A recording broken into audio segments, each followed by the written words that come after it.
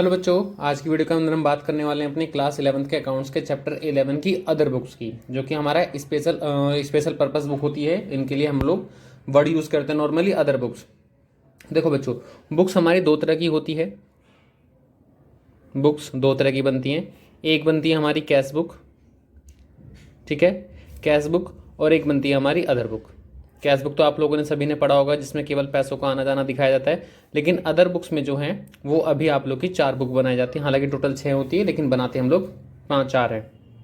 पहली होती है हमारी परचेज बुक, दूसरी होती है हमारी सेल्स बुक, एक होती है हमारी परचेज रिटर्न, और एक होती है हमारी सेल्स रिटर्न।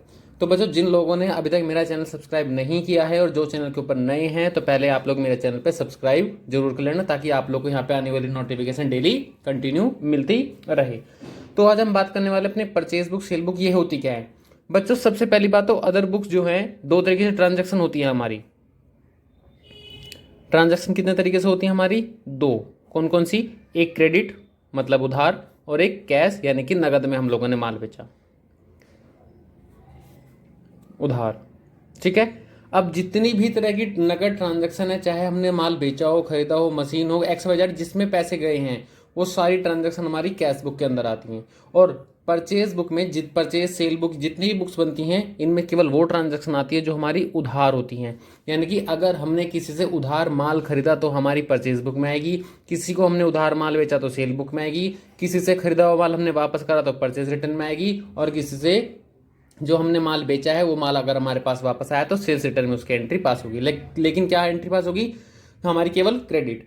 अब बच्चों, कौन सी एंट्री? देखो, ट्रांजैक्शन जो है, हम माल खरीदते हैं, खरीदते तो हम एसेट्स भी हैं, लेकिन परचेज जो मतलब होता है परचेज का, वो होता है बच्चों रॉ मटेरियल से। रॉ यानी कि रॉ मटेरियल।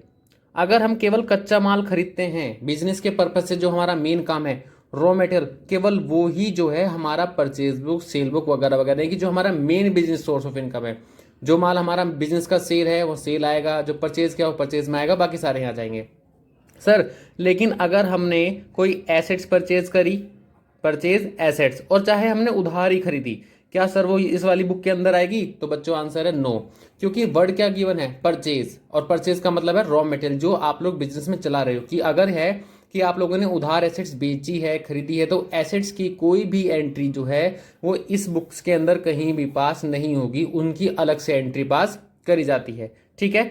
अब एक इसी चीज में एक चीज और बनाई जाती है, जिसका नाम होता है बच्चों जर्नल प्रॉपर।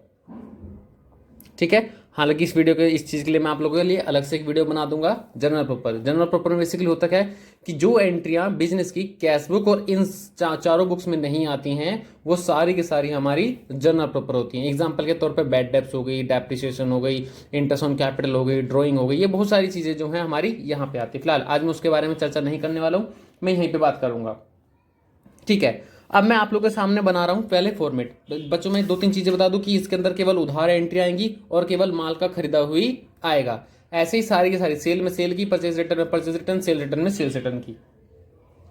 मैं आपको बता देता हूं जरा इसका फॉर्मेट कैसे बनता है। Format of purchase book. बच्चों, इसका फॉर्मेट अलग अलग किताबों में अलग अलग गिवन है, लेकिन आप लोगों को मैं वो बताऊंगा जो आप लोग को बिल्कुल एक बारी में याद हो जाएगा, जिसमें आप लोग को ज़्यादा दिमाग लगाने की जरूरत नहीं पड़ेगी। ठीक है।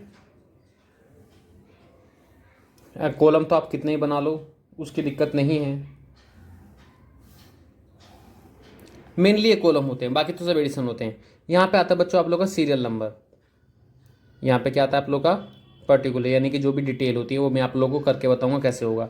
यहाँ पे आता है बच्चों इनवॉइस नंबर। इनवॉइस नंबर, जिस इनवॉइस नंबर के आपने माल खरीदा है या जिसके रिगार्डिंग बेचा है माल, वो चीज़ें आएंगी। यहाँ पे आता है बच्चों LF। आधे बच्चों को तो यही नहीं पता होता कि LF होता क्या है। बच्चों, LF का मतलब होता है लेजर फोलियो। लेजर का मतलब है कि जो एंट्री लेजर के किस पेज नंबर पे हुई है, उस लेजर की बुक का पेज नंबर हम लोग यहाँ कॉपी करते हैं। उसके बाद में बनती है बेटे डिटेल। ठीक है। और कॉस्ट।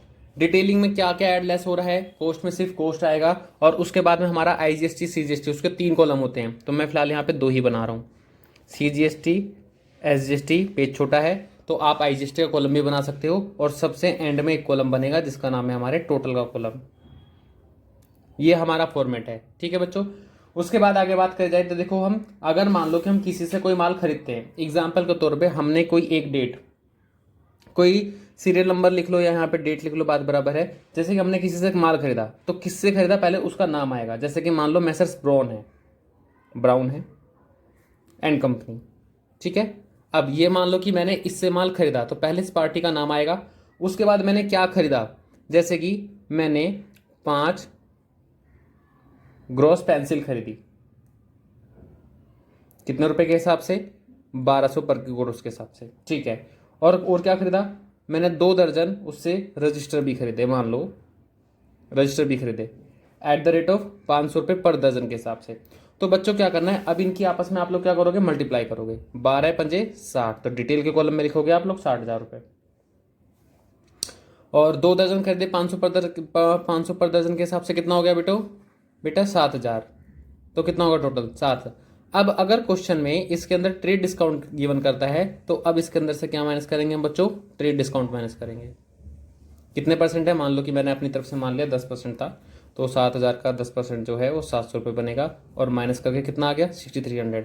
अब यही जो 63 है ये कॉस्ट के कॉलम में जाएगा, ठीक है। मान लो बच्चों इसके ऊपर मेरा तो कुछ आईजीएसटी सीजीएसटी का भी कोई कुछ कॉन्सेप्ट था, मान लो 2% हमने वो लगा दिया सीजीएसटी, तो 6300 रुपये का सीजीएसटी जो आएगी अमाउंट वो यहाँ पे आ जाएगी 2%, ठीक है। और उसके बाद में हमें क्या करना है, थोड़ी सी कॉपी हिल गई, कोई दिक्कत नहीं, आप लोग इन दोनों को जोड़ लो और इसके बाद यहाँ लिख लो। मैं मान के चलता हूँ अभी जीएसटी का कोई भी कॉन्सेप्ट नहीं है, तो 6300 डायरेक्टली आप लोग का यहाँ पे बाहर वाले कॉलम में आ जाएगा।